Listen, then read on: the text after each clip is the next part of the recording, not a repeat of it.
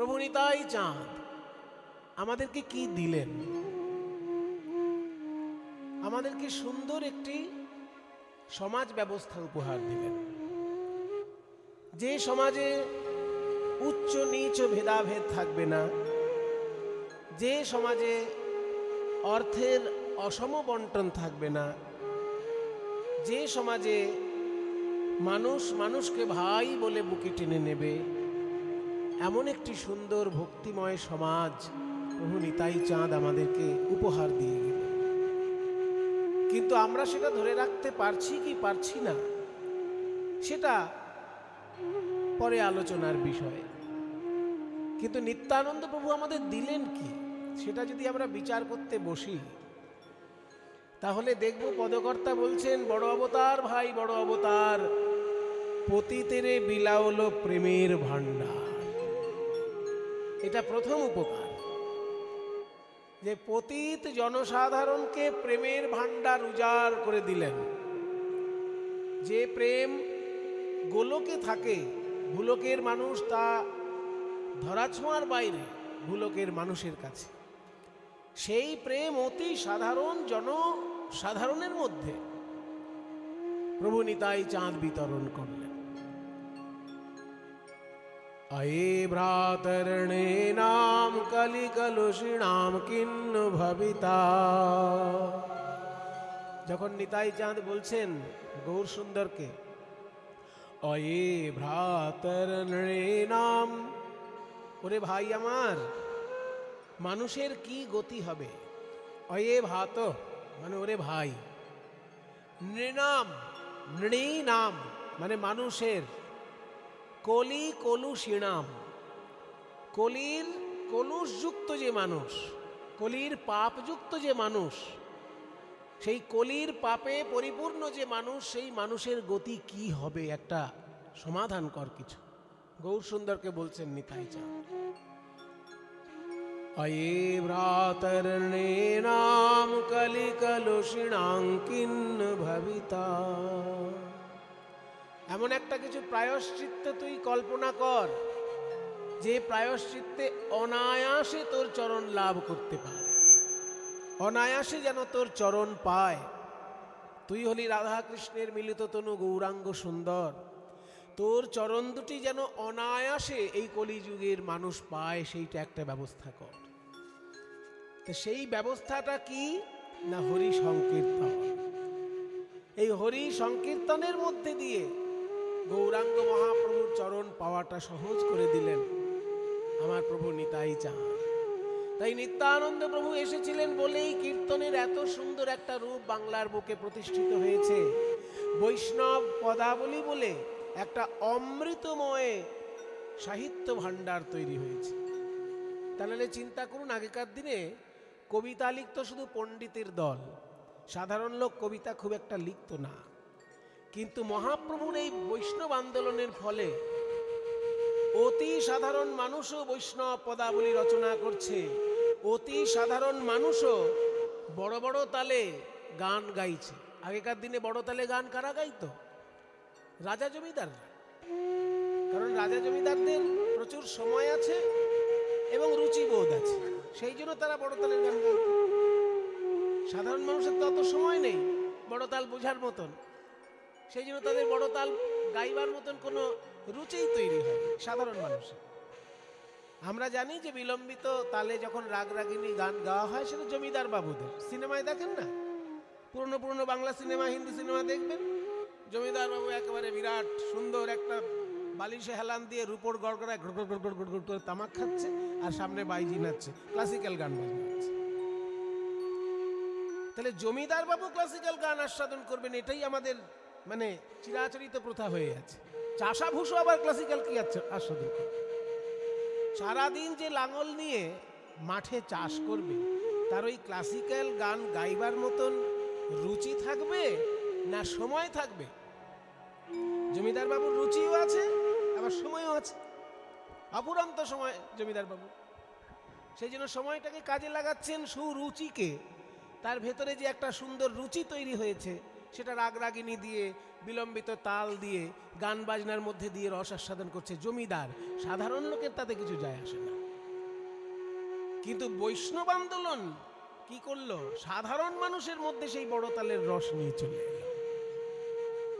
যে বড় তাল জমিদার বাবুর আস্বাদন করার কথা, কারণ তার সময় আছে এবং রুচি আছে, দুটোই থাকতে হবে। পয়সার ক্ষমতা আছে, সময়ও আছে, রুচিও আছে, নে বিলম্বিত রাগরাগিনীর গান কর। কিন্তু চাষা মানুষ সে কি রাগরাগিনীর গান করবে? সে তো ছোট ছোট তালে শুধু বাউল গান গাইবে। চাষা লোক যে, সে তো লোকসঙ্গীত গাইবে, সে ছোট ছোট তালে বাউল গান গাইবে। বিলম্বিত তালে তার সময়ও নেই আর রুচিও নেই। এই সময় এবং রুচি দুটোই থাকতো অভিজাত শ্রেণীর মধ্যে। ওই জন্য ক্লাসিক্যাল গান বাজনা অভিজাত শ্রেণীর গান বাজনা। কিন্তু কীর্তনে হয়ে গেল উল্টো ব্যাপার। সেই বিলম্বিত তালের গান, সেই রাগরাগিনীকে আশ্রয় করা গান বৈষ্ণব পদাবলীর মধ্যে রূপ পেল, এবং সেটা গাইছে কে? চাষা। সারাদিন চাষ করে আসার পরেও কিন্তু তার রুচি তৈরি হয়েছে যে না, আমি শাস্ত্রীয় সঙ্গীত গাইছি। রাগরাগিনীকে আশ্রয় করে বৈষ্ণব পদাবলী গাইছে। সেই জন্য বাংলার বুকে কীর্তন গানের মধ্যে বিলম্বিত তালের আবির্ভাব, যেটা জমিদার বাবুদের কুক্ষিগত ছিল। বড় বড় তালের এবং রাগরাগিনী দিয়ে গান বাজনা, এটা জমিদারি ব্যাপার। চাষাভূষণ কোনো সংস্পর্শেই আসার কথা নয় সেসব জিনিস। কিন্তু নিতাই গৌরের এই বৈষ্ণব আন্দোলন, প্রেমের আন্দোলন, সেই জমিদারি গান বাজনা একদম চাষাভূষণ মধ্যে নিয়ে চলে এসেছে। একজন চাষা সারাদিন চাষ করছে, সন্ধ্যেবেলায় যখন ঠাকুরের মন্দিরে বসছে তিওর তালে গান গাইছে। বোঝো, তিওর তালে গান গাইছে চাষা। আমাদের যারা গুরু, তারা কেউ জমিদার না রাজা, তারা সবাই সাধারণ মানুষ। কি আমার যারা কীর্তন গুরু, কি দ্বিজেন দে মহাশয়, কি নীলমণি দাস, কি বৃন্দাবন বণিক, সবাই সাধারণ মানুষ, কেউ জমিদার নয়।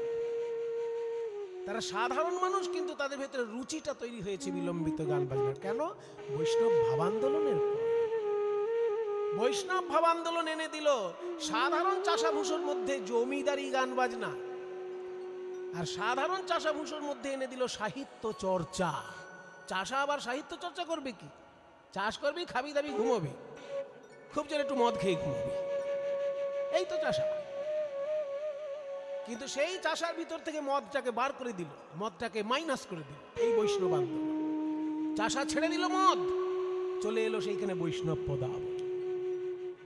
মদের রস ছেড়ে দিয়ে চাষার হাতে চলে এলো কলম। কলমে সে লিখতে লাগলো যে নাচিতে না জানি তবু নাচিয়ে গৌরাঙ্গ বলি, গাহিতে না জানি তবু গাই। আমি ভাই নাচ হয়তো গুরু ধরে শিখিনি, কিন্তু তবুও নাচ আমার করতে ইচ্ছে করছে। প্রভু গৌর সুন্দরের প্রেমে, নিতাই চাঁদের কৃপায় আমার ভিতরে নাচ আপনি ফুটে উঠছে। তার মানে কি? উন্নয়ন, আধ্যাত্মিক উন্নয়ন। চাষাভূষ তার নিজের যেটা ছিল যে সারাদিন চাষ করব, বাড়িতে এসে মদ খেয়ে শুয়ে পড়বো, বউয়ের সঙ্গে গালিগালাজ করবো, এই তো ছিল সাধারণ সমাজ।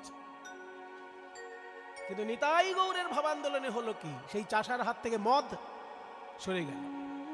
ওই জগাই মাথায় প্রতিদিন 80 হাঁড়ি মদ খেত, কিন্তু নিতাই চাঁদের কৃপায় তার হাত থেকে মদের হাঁড়ি সরে গেল। সেখানে চলে এলো জপের মালা। শুধু কি জগাই মাথায়, ওই রকম হাজার হাজার জগাই মাথায় উদ্ধার হয়েছে নিতাই চাঁদের কৃপায়। যারা মদ্যপান ছেড়ে দিয়ে, অসৎ অভ্যাস ছেড়ে দিয়ে, বদভ্যাস ছেড়ে দিয়ে সৎ গুণ অর্জন করেছে, শুদ্ধ গান বাজনা অর্জন করেছে, রাগরাগিনী বড় বড় তালের গান শিখে কীর্তন গানের মধ্যে জীবন কাটিয়ে দিয়েছে। তাহলে এই যে একটা উচ্চ স্তরের ভাবনা সাধারণ মানুষের মধ্যে নিয়ে নেমে এলো, এটা কে করলো? ওই নিতাই চাঁদ। নিতাই চাঁদের জন্য সাধারণ মানুষ পেল সাহিত্য রস, সাধারণ মানুষ পেল উচ্চাঙ্গ সঙ্গীত, সাধারণ মানুষ পেল বৈষ্ণব দর্শনের প্রেম তত্ত্ব। যে বৈষ্ণব দর্শন তত্ত্ব আলোচনা, সেটাও সাধারণ মানুষের বিষয় নয়, কিন্তু নিতাই গৌরের জন্য সাধারণ মানুষের মধ্যেই সেটার প্রচার ঘটেছে। আরো একটা বড় জিনিস, কি জিনিস জানেন? নারী শিক্ষা এবং নারীর অগ্রগতি। এইটাও প্রভু নিতাই চাঁদের অবদান। অন্যান্য সমাজে নারীদেরকে পিছিয়ে রাখা হতো, কিন্তু বৈষ্ণব সমাজে নারীকে সম্মান দিয়ে আগে এগিয়ে আনা হয়েছে। নিতাই চাঁদের অবর্তমানে নিতাই চাঁদের স্ত্রী জাহ্নবা মা ভক্তদেরকে দীক্ষা দিয়ে দিয়ে বৈষ্ণব আন্দোলনটা একভাবে উজ্জ্বল করে রেখেছিলেন, কমতে দেননি উজ্জ্বলতা। নিতাই চাঁদ সশরীরে থাকতে বৈষ্ণব আন্দোলন যেমন ছিল, নিতাই চাঁদ অশরীরে থাকতেও জাহ্নবা মা একইভাবে সেই বৈষ্ণব আন্দোলনকে ধরে রেখেছেন। তার মানে কি, নারী জাতীয় যে কোনো অংশে কম নয়, সেটা এই বৈষ্ণব ভাব আন্দোলনের দ্বারা সারা বাংলার ঘরে ঘরে পৌঁছে দিয়েছে। রবীন্দ্রনাথের পরিবার তাদের মেয়েরা যখন পড়াশোনা শিখত, কাদের কাছে শিখত? ইংরেজদের কাছে শিখত না, বৈষ্ণবিনীদের কাছে শিখত, গোসাই মাদের কাছে শিখত। গোসাই মারা তখন এত উচ্চশিক্ষিত ছিলেন যে তারা রবীন্দ্রনাথের পরিবারে এসে মেয়েদেরকে শিক্ষা দান করতেন। তাহলে বৈষ্ণব মায়েরাও যে পড়াশোনায় অনেকটা এগিয়ে গিয়েছিলেন, তার জন্য এই নিতাই চাঁদের বৈষ্ণব ভাব আন্দোলনই দায়ী। তাই প্রেমের ঠাকুর নিতাই চাঁদ আমাদেরকে কি দিলেন? আমরা অসভ্য ছিলাম, আমাদেরকে সভ্য সঙ্গীত দান করলেন, আমাদেরকে সভ্য সাহিত্য দান করলেন, আমাদের অভদ্র থেকে ভদ্র সাহিত্য দান করলেন, এবং তাছাড়াও আমাদের মানুষ থেকে দেবতা হবার পথে এগিয়ে নিয়ে গেলেন। এক একজন বৈষ্ণব দেবতার মতন পবিত্র, দেবতার মতন পবিত্র তাদের জীবনচর্যা কি করে হলো? ওই প্রভু নিতাই চাঁদের আদর্শ অনুসরণ করে। তাই নিতাই চাঁদ আমাদেরকে দিয়েছেন মানুষ হবার মন্ত্র, মানুষ থেকে দেবতা হবার সুযোগ। এই সমস্ত কিছু বৈষ্ণব ভাবে আমাদেরকে এগিয়ে নিয়ে গেছেন নিতাই চাঁদ। তিনি যদি না আসতেন তাহলে এই পদাবলী সাহিত্য এত বিস্তার লাভ করত না। তার কারণ চৈতন্য মহাপ্রভু তো 24 বছর বয়সে সন্ন্যাসী হয়ে পুরীতে চলে গেলেন। তাহলে বাংলাটা অন্ধকার হয়ে গেল না? সেই বাংলার অন্ধকার দূর করলেন আমার প্রভু নিতাই চাঁদ। দ্বাদশ গোপালের মধ্যে দিয়ে সেই মহাপ্রভুর ভাবাদর্শ একভাবে উজ্জ্বল করে প্রচার করতে লাগলেন। আজ অবধি সারা বাংলায় যত বৈষ্ণব তীর্থ আছে, একটু ভালো করে খবর নিয়ে দেখবেন, নিত্যানন্দের সঙ্গে তার কোনো না কোনো যোগ আছে। সারা বাংলায় যেগুলো বড় বড় বৈষ্ণব তীর্থ আছে, কোনো না কোনোভাবে নিত্যানন্দ প্রভুর সঙ্গে তার যোগ আছে। নিতাই চাঁদের জন্যই বিশুদ্ধ সংস্কৃতির প্রচার কেন্দ্র এক একটা বৈষ্ণব শ্রীপাঠ হয়ে রয়েছে। সেটাই আমাদের কাছে সব থেকে বড় গর্বের। আমরা বাঙালি বারবার অত্যাচারিত হয়েছি। কখনো মুঘলদের দ্বারা অত্যাচারিত হয়েছি, কখনো আরাকানের দস্যুদের দ্বারা অত্যাচারিত হয়েছি, কখনো মারাঠাদের দ্বারা অত্যাচারিত হয়েছি, শেষকালে আবার ইংরেজের দ্বারা অত্যাচারিত হল। অত্যাচারে জর্জরিত এই বাঙালি বেঁচে থাকার একমাত্র পথ ছিল এই বৈষ্ণব ভাব আন্দোলন। তাদের ভাবের দিক দিয়ে এতখানি তারা ভিতরে ভিতরে শক্তি অর্জন করেছিল যে বিধর্মী আর বিদেশিদের অত্যাচার আমাদেরকে অবদমিত করতে পারেনি। ওরা যত অত্যাচার করেছে তত এদিকে রসের প্রকাশ ঘটেছে। বিদেশিদের আর বিধর্মীদের অত্যাচারে বাঙালির হৃদয় শুকিয়ে যায়নি। নিতাই আর গৌর সুন্দরের কৃপায় বাঙালির হৃদয় ক্রমশ রসে রসায়িত হয়েছে। বাইরে থেকে বিধর্মী আর বিদেশির অত্যাচার, আর হৃদয়ের ভেতরে রয়েছে তাদের রসের লীলা। যখন পূর্বরাগ শুনছে, যখন মাথুর গান শুনছে, যখন মান ভঞ্জন শুনছে, যখন স্মরগরল খণ্ডনং মম শিরসি মণ্ডনং দেহি পদপল্লবম উদারম শুনছে, একটা বাঙালি তখন ভুলে যাচ্ছে যে বিধর্মী আমায় কিভাবে অত্যাচার করছে, বিদেশি আমায় কিভাবে অত্যাচার করছে। বিধর্মী আর বিদেশির অত্যাচার ভুলে থাকছে মানুষ এই অমৃত পদাবলী রস আস্বাদন করতে। এটাই হচ্ছে নিতাই গৌরের সব থেকে বড় অবদান বাংলার বুকে। বাইরে থেকে তারা অত্যাচার করেছে, আমাদের মন্দির ভেঙে ভেঙে মসজিদ বানিয়েছে, বাংলায় প্রচুর মন্দির ভেঙে প্রচুর মসজিদ বানানো হয়েছে। এখন ঐতিহাসিক গবেষণা সেগুলো খুঁড়ে খুঁড়ে বার করছে যে কোথায় কোথায় মন্দির ভেঙে মসজিদ হয়েছে। কিন্তু সাধারণ মানুষ তার জন্য বিপথগামী হয়নি। সাধারণ মানুষ তার জন্য বিপথগামী হয়নি।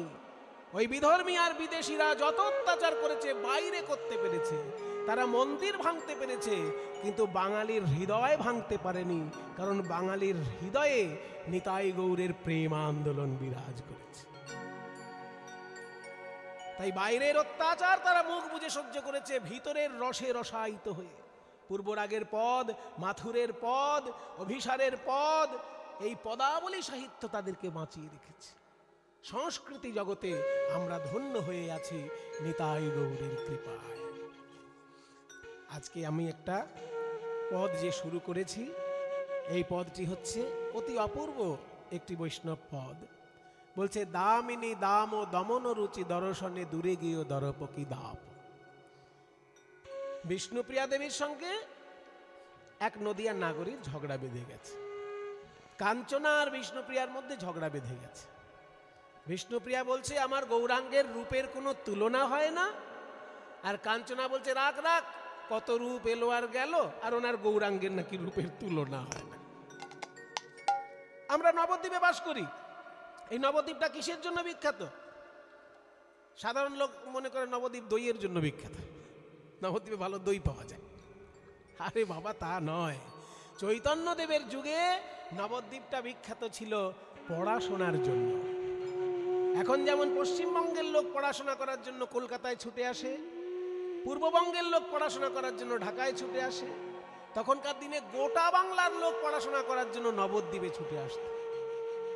তাই নবদ্বীপে যেহেতু সকলে পড়াশোনা করার জন্য ছুটে আসতো, কত জমিদারের পুত্র আসতো, কত রাজপুত্র আসতো। তাই কাঞ্চনা বলছে, তোর গৌরাঙ্গ তো ওই জগন্নাথ মিশ্রের পুত্র, আর আমরা কত রাজপুত্র দেখেছি, কত জমিদার পুত্র দেখেছি, বলে গৌরাঙ্গের রূপের সঙ্গে নাকি তুলনা হয় না। বলে, শোন, আমার গৌরাঙ্গের সঙ্গে কারোর তুলনা হয় না। কেন জানিস? তুই একটা তুলনা বল, আমি সঙ্গে সঙ্গে উত্তর দেব কেন হয় না। দেখুন মায়েরা, ঝগড়া কিন্তু কখনো কখনো খুব বড় শিক্ষাদায়ক হয়। আপনি যদি পাড়ার ওই মানে শাশুড়ি আর বৌমার ঝগড়া শোনেন, সে ঝগড়ায় আপনার কোনো উপকার হবে না। মনে করুন শাশুড়ি আর বৌমার মধ্যে ঝগড়া বেঁধে গেছে, কিংবা ননদ আর বৌদির মধ্যে ঝগড়া বেঁধে গেছে, ওই ঝগড়ায় কোনো কল্যাণ নেই। কিন্তু মনে করুন হাইকোর্টে দুটো উকিলের মধ্যে ঝগড়া হচ্ছে, একজন উকিল আর একজন উকিলকে পরাস্ত করার জন্য কত আইন খুঁড়ে খুঁড়ে বার করছে, সেইগুলো শুনতে ভালো লাগে কি না? মনে করুন দুটো কবি গায়কের মধ্যে যদি ঝগড়া হয়, একজন কালীর পক্ষে বলছে আর একজন কৃষ্ণের পক্ষে বলছে। যে কৃষ্ণ ভক্ত সে কালী সম্পর্কে খুব একটা খোঁজখবর রাখতে চায় না, আবার যে কালী ভক্ত সে কৃষ্ণ সম্পর্কে খুব একটা উৎসাহিত নয়। কিন্তু কবি গানে যখন একজন কবিয়াল কালীর পক্ষে দাঁড়িয়েছে আর একজন কবিয়াল কৃষ্ণের পক্ষে দাঁড়িয়েছে, যে কৃষ্ণ ভক্ত সে কালী সম্পর্কে অনেক কিছু জেনে ফেলবে, আর যে কালী ভক্ত সে কৃষ্ণ সম্পর্কে অনেক কিছু জেনে ফেলবে। এখানে হচ্ছে ঝগড়ার লাভ। তাই ঝগড়া জায়গা মতো হলে তাতে অনেক উপকার আছে। যেমন কবিয়ালদের ঝগড়ায় আমাদের মতন সাধারণ মানুষ অনেক কিছু জানতে পারে, দুটো কবিয়ালে যদি ঝগড়া বাঁধে। ঠিক তেমনি কোর্টে যদি দুটো উকিলের মধ্যে ঝগড়া বাঁধে, অনেক আইন জানতে পারা যায়।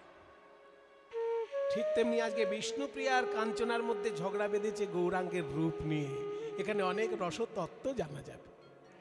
বিষ্ণুপ্রিয়া বলছে কাঞ্চনার সঙ্গে, কাঞ্চনা রে, গৌরাঙ্গের সঙ্গে কারোর তুলনা হয় না, তুই একটা বল।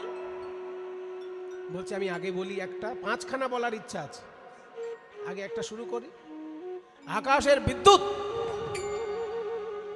বিদ্যুৎ কোথাও চমক দিলেই চোখে একটা চমক লেগে যায়, তেমনি গৌরাঙ্গ মহাপ্রভু কোথাও দাঁড়ালেই চোখে যেন চমক লেগে যায়, হাঁ করে তাকিয়ে থাকে সবাই রূপের দিকে। তাহলে ওই গৌরাঙ্গের সঙ্গে বিদ্যুতের তুলনা করা যায়? যেই না বলেছে বিদ্যুতের তুলনা করব, অমনি বিষ্ণুপ্রিয়া দেবী বলছেন, দামিনী দাম ও দমন রুচি দর্শনে। দামিনী মানে বিদ্যুৎ, আর দামও মানে মালা। দামিনী দাম ও দমন মানে বিদ্যুতের মালার শোভাকে যেন দমন করে দিয়েছে। কে না রুচি। এখানে আবার রুচি মানে খাবারের রুচি নয়, এখানে রুচি মানে রূপ। আমার গৌরাঙ্গের রূপ আকাশের বিদ্যুতের শোভাকে যেন দমন করে দিয়েছে। দামিনী দাম ও দমন রুচি দর্শনে, সেই রূপ দেখে দূরে গেও দরপকি দাপ, কামদেবের অহংকার যেন দূর হয়ে গেল। তাই বলি তুলনা মেলে না, তুলনা মেলে না, ভুবন মোহন গোরার রূপের তুলনা মেলে না, ভুবন মোহন গোরার রূপের তুলনা মেলে না, ওই ভুবন মোহন গোরার রূপের তুলনা মেলে না, ভুবন মোহন গোরার রূপের তুলনা মেলে না, ভুবন মোহন গোরা রূপের তুলনা মেলে না। বিদ্যুতের সঙ্গে কেন তুলনা করবি? ওরে যেখানেই বিদ্যুৎ চমকায় সেখানেই বজ্রাঘাত।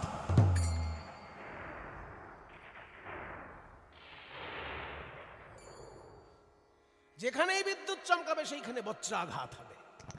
কিন্তু আমার গৌর যদি কোথাও চমক দেয় সেখানে বজ্রাঘাতের কোনো সম্ভাবনা আছে কি? বরং রাধারমণ চরণ দাস দেবের জীবনে প্রমাণিত হয়েছে, বজ্রাহত ব্যক্তিও যদি গৌর সুন্দরের কৃপা পায়, বজ্রাঘাতের যে ভয়ঙ্কর প্রভাব তার থেকে মুক্ত হয়ে সে নতুন জীবন লাভ করে। তাই আকাশের বিদ্যুতের সঙ্গে তুলনা করিস না। বিদ্যুতে বজ্রাঘাত হয়, তাতে মানুষের প্রাণ যায়। আর আমার গৌর যদি কারোর হৃদয়ে চমক দেয়, মরণাপন্ন মানুষও বেঁচে ওঠে। তাই বিদ্যুৎ বাতিল, বিদ্যুতের সঙ্গে তুলনা হলো না। বলে তাহলে আমার দ্বিতীয় তুলনীয় বিষয় কি? বলে আমার দ্বিতীয় তুলনীয় বিষয় হলো সোন ফুল। ওই যে হলুদ হলদে মতন দেখতে সোন ফুল। তাহলে সোন ফুলের সঙ্গে গৌরের সঙ্গে তুলনা কর।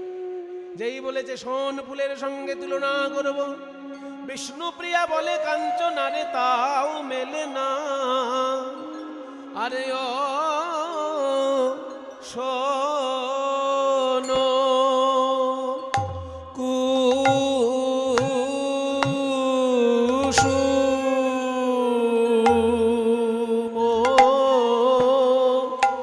তাহে রূপের আগে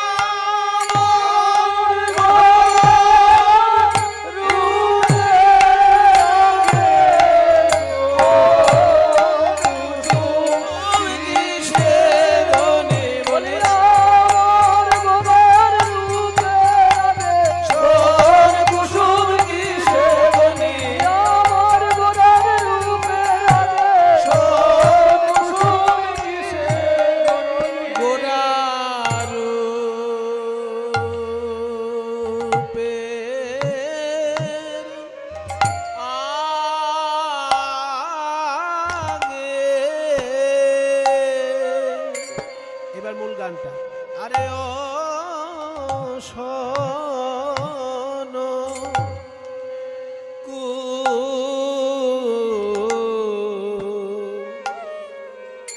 কুসুম তাহে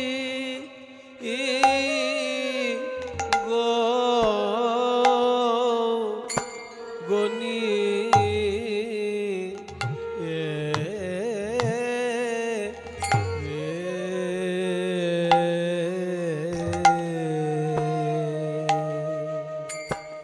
শোন কুসুম তাহে কোনই গনিয়ে রে, মানে শোন ফুল কে আর তুলনা করতে যাবে, মানে এমন বোকা কে আছে যে গৌরাঙ্গের সঙ্গে শোন ফুলের তুলনা করবে? কোন বোকা লোক যদি থাকে সে করবে, বুদ্ধিমান লোক করবে না। কেন না? শোন ফুল দেখতে সুন্দর, কিন্তু গৌরাঙ্গের সঙ্গে কি তুলনা হয়? ওরে শোন, ভালো ভালো ফুলের আবার ভালো ভালো দোষও থাকে। যেমন ধরো আমাদের ভারতবর্ষের জাতীয় ফুল কি? ভারতের জাতীয় ফুল কি গো? ছোটবেলায় পড়েছেন তো, পদ্ম ফুল। কিন্তু পদ্ম ফুল তুলতে গেলে কি হবে? হাতে কাঁটা ফুটবে।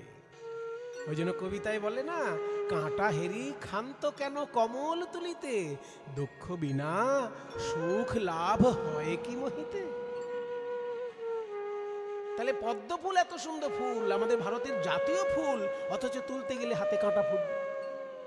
গোলাপ ফুল কত সুন্দর ফুল, গোলাপ ফুল, কিন্তু তুলতে গেলে হাতে কাঁটা ফুটবে।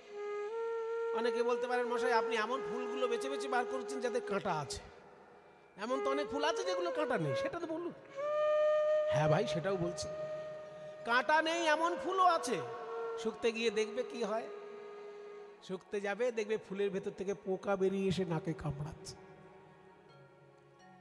তাহলে ফুলে কাঁটা থাকতে পারে বা পোকা থাকতে পারে, কিন্তু আমার গৌরাঙ্গের মধ্যে কোনো কাঁটা বা কোনো পোকা আছে কি? কি করে তুলনা করবি? বরং আমি বলতে পারি, কারণ মন ফুলের মধ্যে যদি কাঁটা বা পোকা থাকে, গৌর চরণে শরণ নিলে মন ফুল থেকে কাঁটা পোকা দূর হয়ে যায়। এই মনটাই তো আসল ফুল।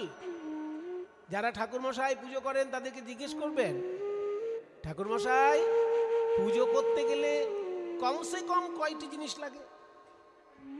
ঠাকুরমশাই আপনাকে বুঝিয়ে বলবে যে শোনো, পুজো করতে গেলে কমসে কম মিনিমাম 5টা জিনিস লাগবে। গন্ধ, পুষ্প, ধূপ, দীপ, নৈবেদ্য। গন্ধ মানে চন্দন, পুষ্প মানে ফুল, ধূপ মানে ধূপকাঠি, দীপ মানে প্রদীপ, আর নৈবেদ্য মানে প্রসাদ। এই 5টা জিনিস মিনিমাম লাগে পুজোতে। কিন্তু মনে করুন আপনার বাড়িতে কিছুই জোগাড় নেই, শুধু একটা ফুল থাকলেও পুজো হয়ে যেতে পারে। কেন না? ফুলের মধ্যে মধু আছে, ওটাই প্রসাদ। আর ফুল নিজেই পুষ্প, আর ফুলে যেহেতু গন্ধ আছে, তাহলে একটু গন্ধের কাজও হয়ে গেল। তাহলে গন্ধ, পুষ্প আর নৈবেদ্য 3টে ফুলের মধ্যেই পাওয়া যাচ্ছে। কিন্তু মনে করুন 3 দিন ধরে ট্রেনে যাচ্ছেন কোথাও, হাতে ফুল নেই, হঠাৎ পুজো করার ইচ্ছা হলো ঠাকুরকে, তখন কি করবেন? তখন শাস্ত্র বলছে, হাতের কাছে যদি ফুল না থাকে তাহলে চিত্তং প্রকল্পয়েত পুষ্পম প্রাণাহ ধূপং প্রকল্পয়েত। তোমার চিত্তটাকে ফুল মনে করবে, প্রাণটাকে ধূপকাঠি মনে করবে। চিত্তটাই তখন ফুল। যদি ফুল না থাকে হাতের কাছে, নিজের চিত্তটাকে ফুল মনে করে তোমার আরাধ্য দেবতার চরণ চিন্তা করবে, তাহলেই পুজো হয়ে যাবে। তাহলে চিত্তটা যদি ফুল হয়, এই চিত্ত ফুলের মধ্যে কাঁটা পোকা আছে কি? আছে ভাই, একদম কিলবিল করছে। এই মন রূপী ফুলের মধ্যে 5খানা কাঁটা আছে আর 6টি পোকা আছে। 5টি কাঁটা কি কি? জাতি বিদ্যা মহত্তঞ্চ রূপ যৌবনমেব চ যত্নেন পরিবর্জয়েৎ ভক্তিস্তু পঞ্চকণ্টকা। 5 রকমের অহংকার হলো 5টি কাঁটা। প্রথম জাতির অহংকার, দ্বিতীয় বিদ্যার অহংকার, তৃতীয় মহত্বের অহংকার, চতুর্থ রূপের অহংকার, পঞ্চম যৌবনের অহংকার। এই 5 রকমের অহংকার হচ্ছে মন ফুলের 5টি কাঁটা। আর 6টি পোকা কি কি? কাম, ক্রোধ, লোভ, মোহ, মদ, মাৎসর্য। তাহলে যে ফুলের মধ্যে পোকা কিলবিল করছে সেই ফুলটা তুমি ভগবানকে দিতে পারবে? ওই জন্য কৃষ্ণলীলা শোনার আগে গৌর চন্দ্রিকা, হা গৌর, প্রাণ গৌর বলে যদি কেউ কাঁদতে পারে তাহলে তার মন ফুল থেকে 5টা কাঁটা আর 6টি পোকা দূর হয়ে যায়। এই পরিষ্কার পরিচ্ছন্ন মনটা তখন গোবিন্দ চরণে দেওয়া যায়। ওই জন্য ফুলের সঙ্গে মনে গৌরাঙ্গের তুলনা করতে যাস না, কারণ ফুলে কাঁটা থাকে, পোকা থাকে, কিন্তু গৌর সুন্দরে কাঁটা পোকা তো নাই, বরং মন ফুলে কাঁটা পোকা থাকলে হা গৌর বলে কাঁদলে পরে সেই কাঁটা আর পোকা দূর হয়ে যায়। তাই ফুলও বাতিল। 5খানা তুলনা করব ভেবেছিলাম, 2টোই বাতিল হয়ে গেল। বলে তাহলে তৃতীয় তুলনা কি? বলে আমার তৃতীয় তুলনীয় বিষয় হলো প্রভাতের সূর্য। সূর্য কি সুন্দর আলো দেয়, তেমনি আমার গৌরাঙ্গ যেন নবদ্বীপের সৌভাগ্যাকাশে উদিত হয়ে জগৎকে জ্ঞানের আলো দিয়েছে। তাহলে গৌরাঙ্গ দিয়েছে জ্ঞানের আলো, আর আকাশে সূর্য দিচ্ছে সাধারণ আলো। সূর্যের সঙ্গে তুলনা করে দেওয়া যায় গৌরাঙ্গের? যেই বলেছে সূর্যের সঙ্গে তুলনা করব, অমনি বিষ্ণুপ্রিয়া দেবী বলে তাও মেলে না। প্রাতর অরুণ সন্তাপ, প্রাতর মানে সকালে, অরুণ মানে সূর্য, সন্তাপ মানে তাপ। প্রাতর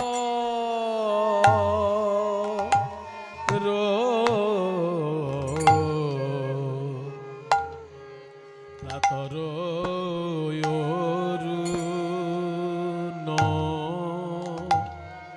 অরুণ সন্তাপ,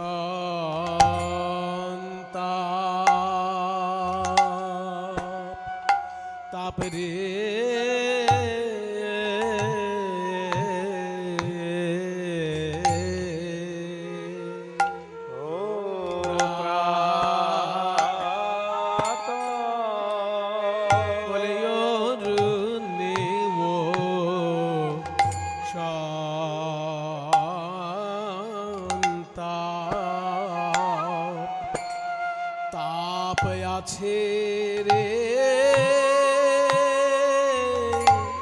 হরি বল। এই যে কোটি চন্দ্র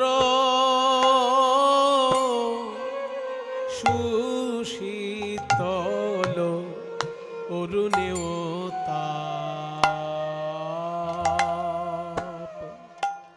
তাপ আছে রে। এ যে কোটি চন্দ্র সুশীতল বলিয়া আমার গোরার চরণ কমল। কোটি চন্দ্র সুশীতল আমার গোরার চরণ কমল। কোটি চন্দ্র সুশীতল বলিয়া আমার গোরার চরণ কমল। কোটি চন্দ্র সুশীতল একবার শরণ নিলে প্রাণ হয় শীতল। আমার গোরার চরণ কমল হৃদয় হয় শীতল। গোরার চরণ কমল শরণ নিলে হয় অরুণ সন্তাপ,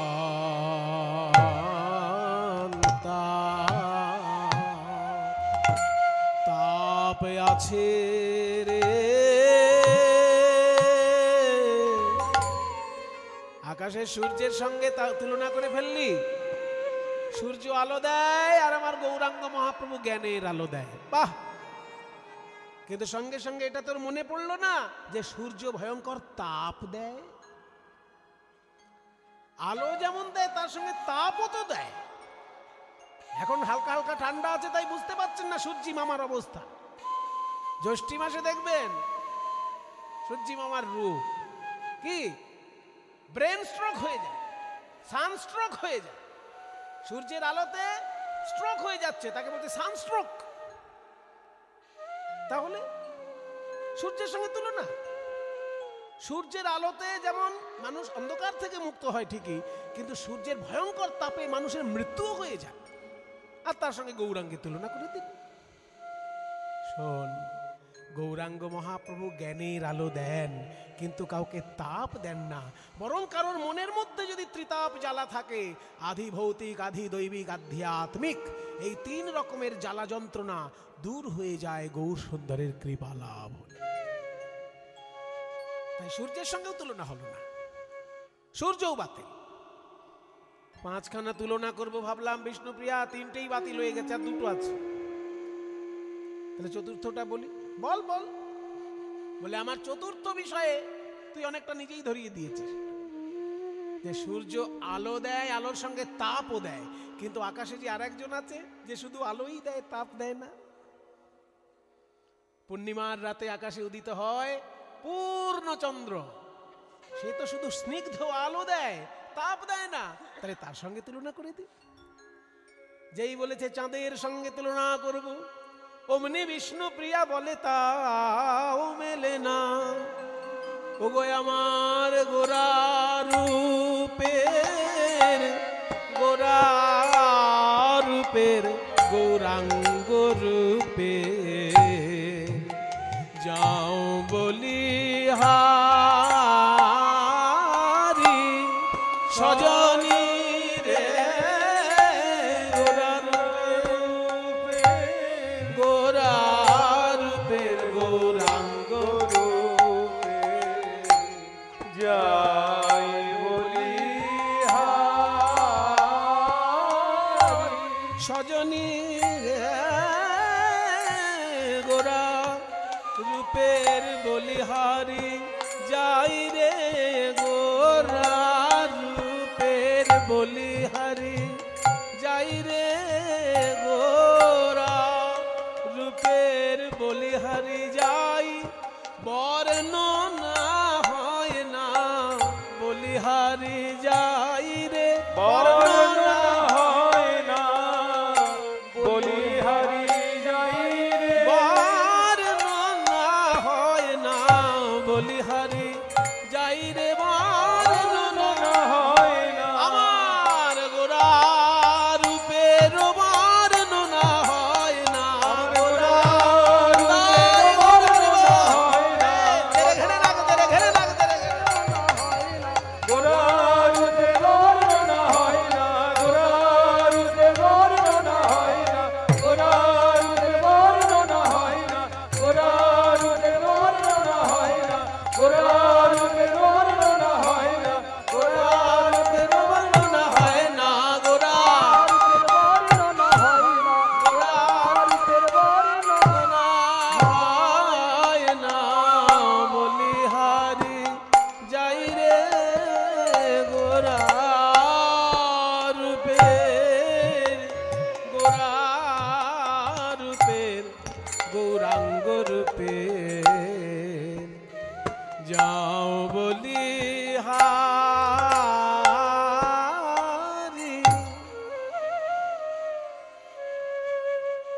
বলিহারি মানে বলিহারি, বলিহারি, বলিহারি। ওই রূপের কথা যত বলি তত হারি, বারে বারে বলি আর বারে বারে হারি। বারে বারে হারি তবু লজ্জা নেই, কারণ বলতে এত ভালো লাগে যে হারলেও মজা। ওই যে ক্রিকেট খেলতে যারা যায় না, যারা জেতে তারা টাকা পায়, আবার যারা হারে তারাও টাকা পায়। তাহলে হারলেও টাকা পাওয়া যাচ্ছে, কি মজার খেলা চিন্তা করুন। ক্রিকেট খেলা আছে না, যারা জেতে একটু বেশি পায় আর যারা হারে একটু কম পায়, কিন্তু পায় তো। ঠিক তেমনি গৌরাঙ্গ রূপের কথা বলতে গিয়ে যদি হেরেও যাই আমার কোনো লজ্জা নেই, কারণ আনন্দ পেলাম যে। ওই জন্য বলছি বারে বারে বলি আর বারে বারে হারি, তবু বলতে ছাড়ি না, এত আনন্দ। গোরা রূপের যাও বলি হারি। কেন চাঁদের সঙ্গে তুলনা হলো না কেন সেটা বল। বলছি তো, হেরি সুধা করো মুরছি চরণ তলে পড়ু।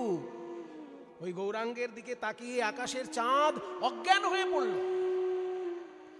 আকাশের চাঁদ মনে মনে ভাবছে যে সবাই বলে গৌর চাঁদ, গৌর চাঁদ, গৌর কি এমন চাঁদ রে বাবা, আমার থেকেও সুন্দর, একবার গিয়ে দেখে আসি। এই ভেবে আকাশের চাঁদ যখন গৌর চাঁদকে দেখতে এসেছে, কি দেখলো? আকাশের চাঁদ দেখছে যে আমার থেকে সুন্দর কি, আমি তো কলঙ্কিত চাঁদ, আর গৌরাঙ্গ তো নিষ্কলঙ্ক চাঁদ। নিষ্কলঙ্ক পূর্ণ চাঁদ উদয় নদিয়াপুরে, দূর করে মনেরও আধার। আমি মানুষের বাইরের অন্ধকার দূর করতে পারি, কিন্তু মানুষের মনের অন্ধকার তো দূর করতে পারি না। কিন্তু আমার গৌর চাঁদ এমন চাঁদ, মানুষের মনের অজ্ঞান অন্ধকার দূর করে দেয়। কাজেই তার সঙ্গে তো আমার তুলনা হবে না, তাই আমি আত্মহত্যা করতে চাই। এই ভেবে আকাশের চাঁদ লাফ দিয়ে পড়ল পৃথিবীতে, পড়ে 10টা টুকরো হয়ে গেল। আর 10টা টুকরো হয়ে গিয়ে গৌরাঙ্গের চরণে 10টি নখ হয়ে গেল। যদিও গোটা ব্যাপারটা কল্পনা, কিন্তু সাহিত্যে এইরকম কল্পনারও স্থান আছে। সাহিত্যের ভাষায় একে কি বলে জানেন? অনুমান অলংকার।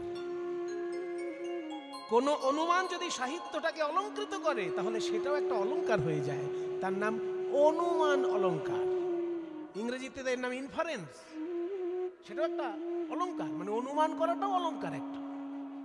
যে কবি যেন অনুমান করছেন যে আকাশের চাঁদের সঙ্গে গৌরাঙ্গের তুলনা হলো না বলে চাঁদ মনের দুঃখে পৃথিবীতে পড়ল, আর 10টা টুকরো হয়ে গিয়ে গৌরাঙ্গের চরণের যেন 10টি নখ হয়ে গেল। হেরি সুধা করো, হেরি সুধা করো মুরছি চরণ তলে, হেরি সুধা করো মুরছি চরণ তলে পড়ু। চরণ তলে পড়ু 10 নখর ধরি, আমরি রে 10 নখর ধরি, আমরি রে পড়ু 10।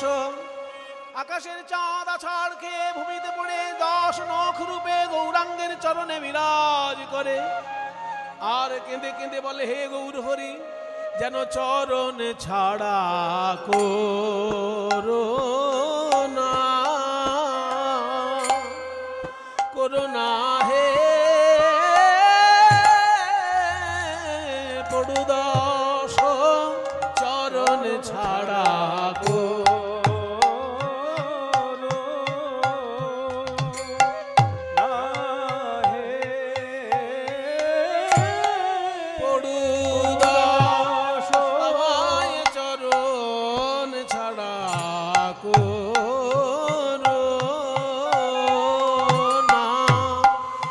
করে যদি শরণ দিলে, চরণ ছাড়া করোনা। কৃপা করে যদি শরণ দিলে, মহাপ্রভু তোমার শ্রী চরণে কৃপা করে যদি শরণ দিলে, প্রভু তোমার শ্রী চরণে শরণ দিলে, প্রভু তোমার শ্রী চরণে কৃপা করে যদি শরণ দিলে, প্রভু তোমার চরণে কৃপা করে শরণ দিলে, প্রভু তোমার শ্রী চরণে কৃপা করে যদি শরণ দিলে, চরণ ছাড়া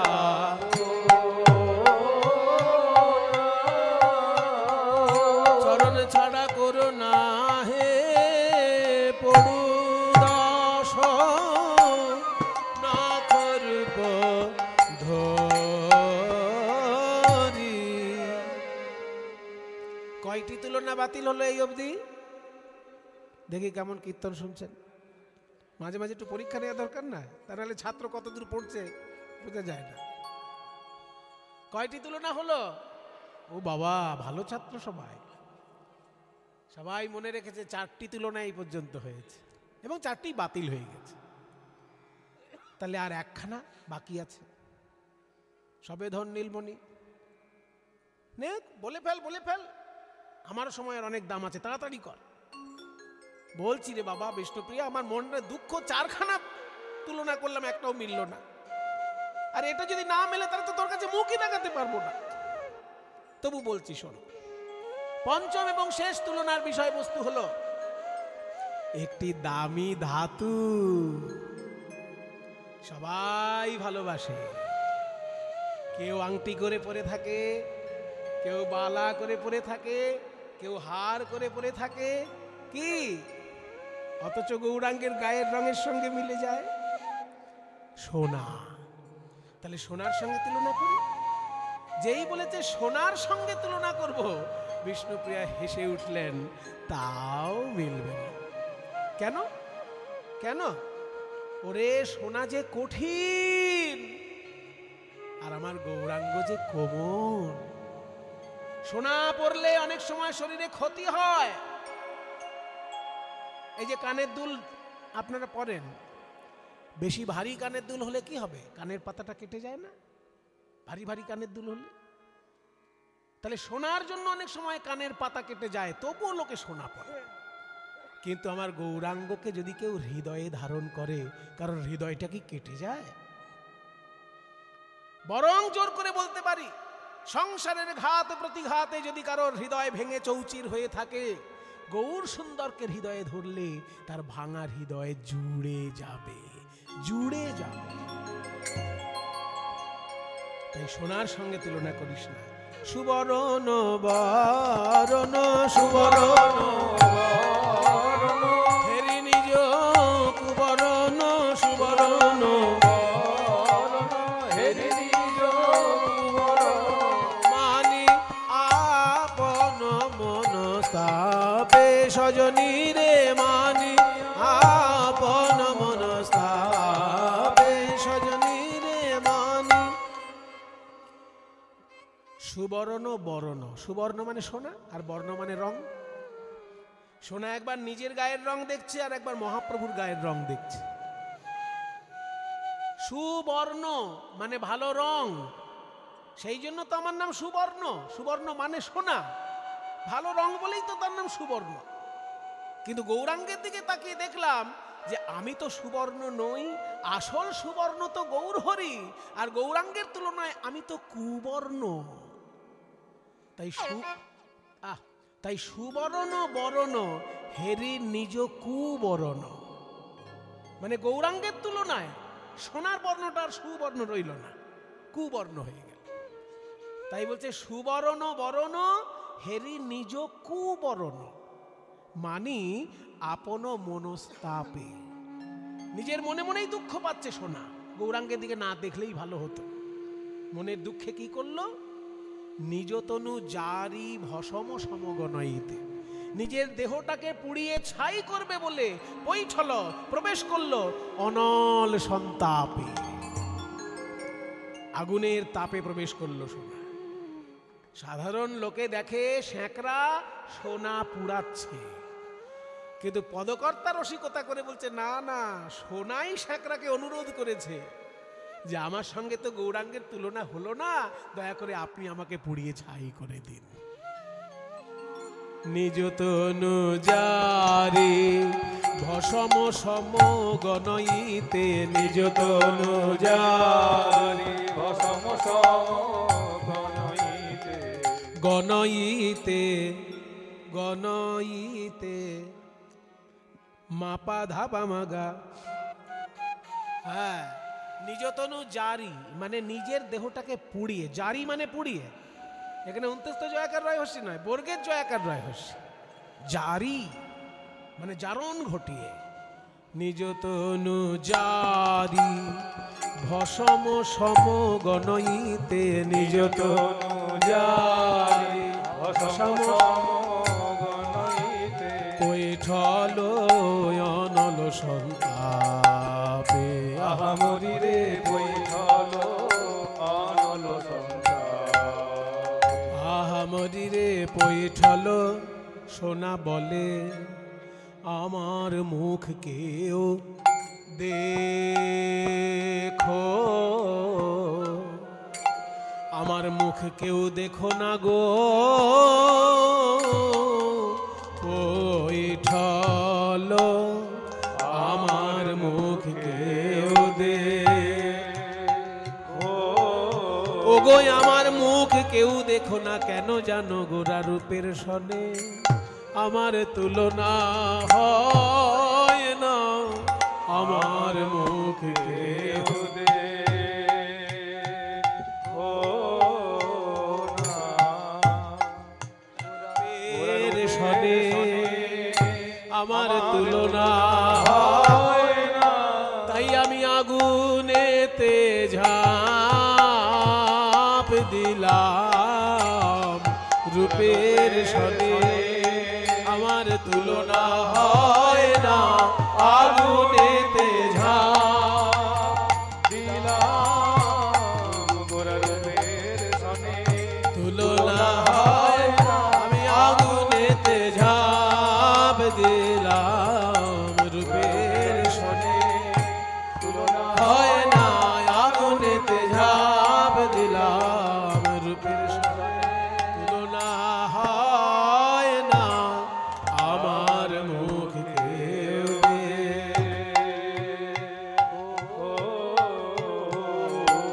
কেউ দেখো না গো পৈঠল।